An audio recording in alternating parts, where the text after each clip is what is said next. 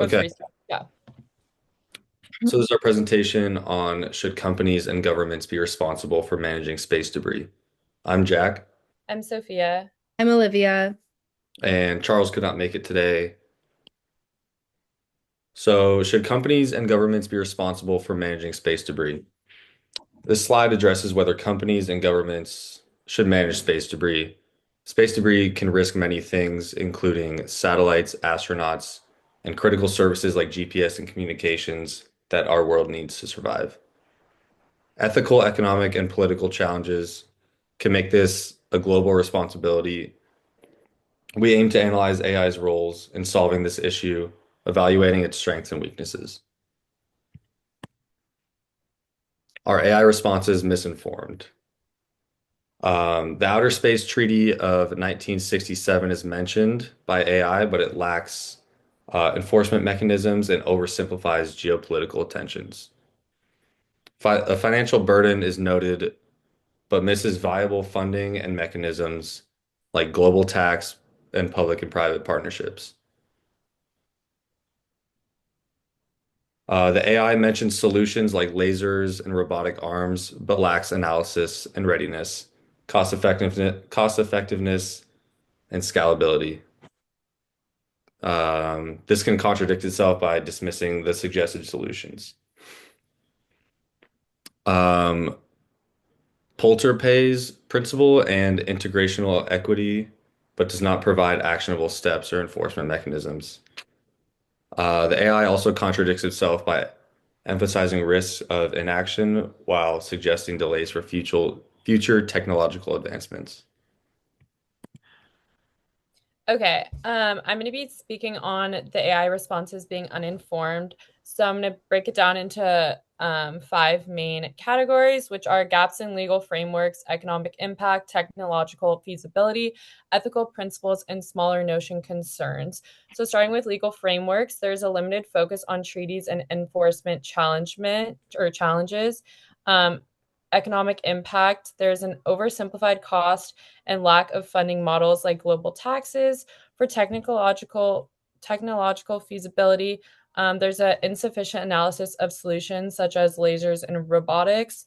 And for ethics, there are generalized arguments without practical applications, and smaller nations are often overlooked when it comes to concerns of exclusions or impact. Next slide.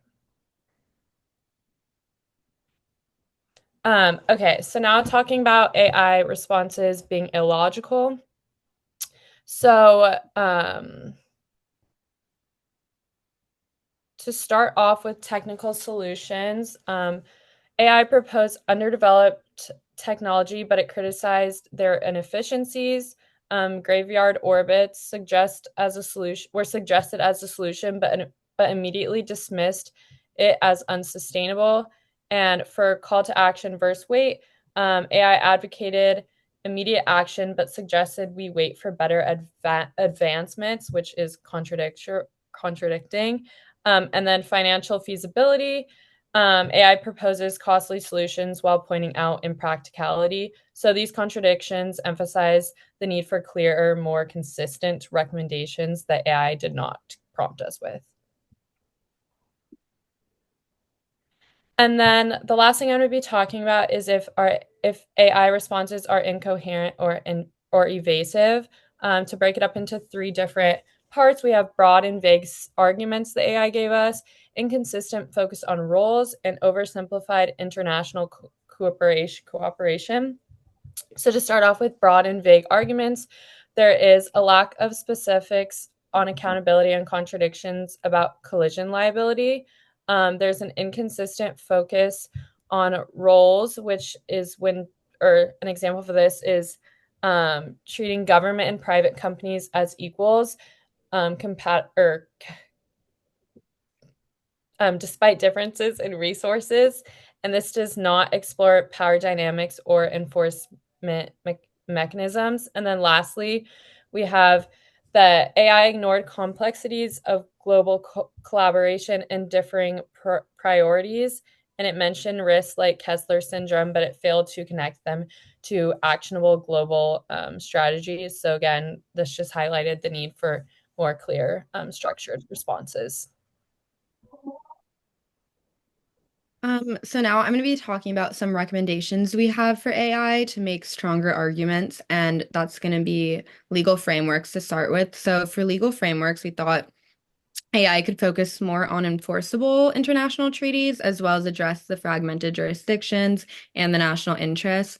When it comes to economic solutions, we thought they should propose funding models like for global tax and insurance schemes and also explore the different partnerships between the governments and private companies.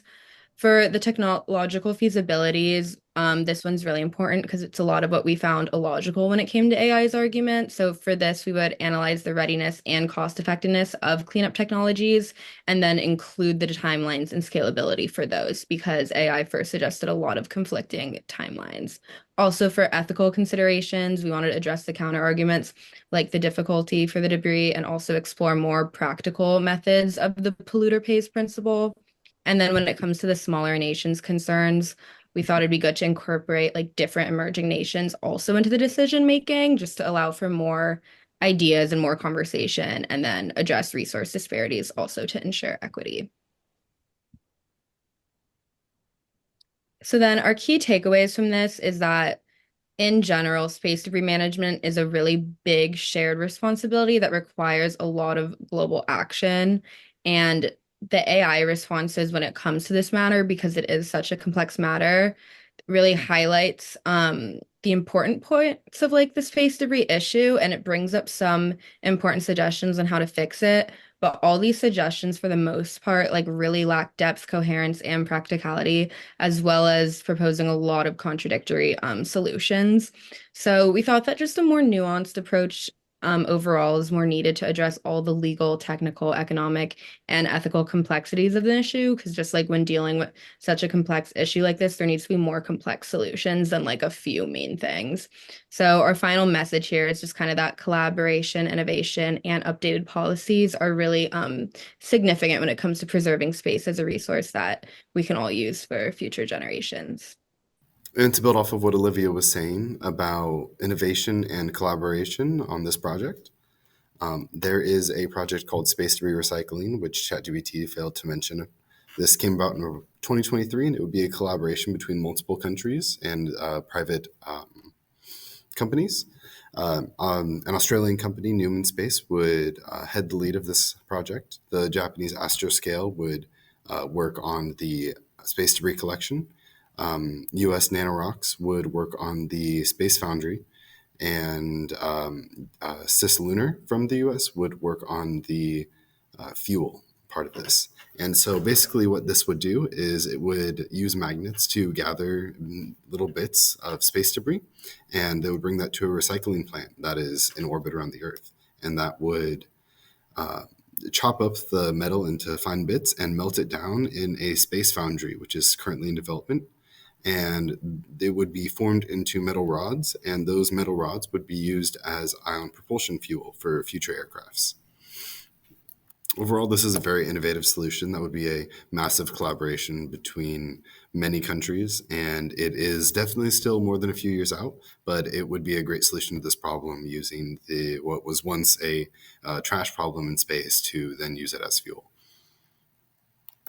If we look at cost and timescales for different types of remediation for space debris brought about by NASA also in 2023, we can see that the recycling station all the way on the right is roughly 20 to 30 years out still, but it would take the least amount of time of any of the future solutions, at least, to break even in the costs that it would occur. However, it is also worth mentioning that currently the two best technologies that we have are laser JCA and rocket JCA, and JCA stands for just-in-time collision avoidance, and that is monitoring the space debris. And as soon as it's about to collide with a satellite or something else that is orbiting the Earth that we want to protect, then we would knock it out of the way just in time. So the future solution, one of the best ones, would definitely be this the recycling plant. However, the current best solutions would definitely be just-in-time collision avoidance. Thank you. Yeah. Thank you.